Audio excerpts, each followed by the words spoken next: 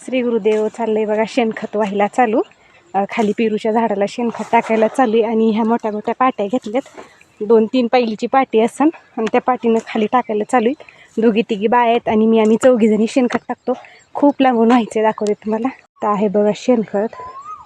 आणि इथून तिकडं खालच्या तुकडे ती आंब्याच्या खालून लाईनी दिसतात ना, तिकडं चालू आहे. खूप लांब व्हायचं आहे, पण आता ही पण नव्हतं टाकायला शेणखत, जागा नव्हती. रस्त्याच्या कडेपर्यंत इकडं पेरूची बाग आहे, त्याच्यामुळं इकडं तळावर टाकले बघा.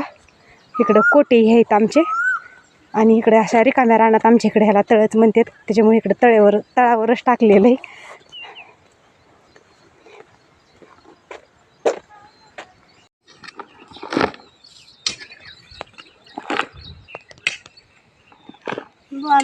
कसं आहे ते म्हणायचे होय बोलतात त्याचा अंत नाही बाबा पुन्हा.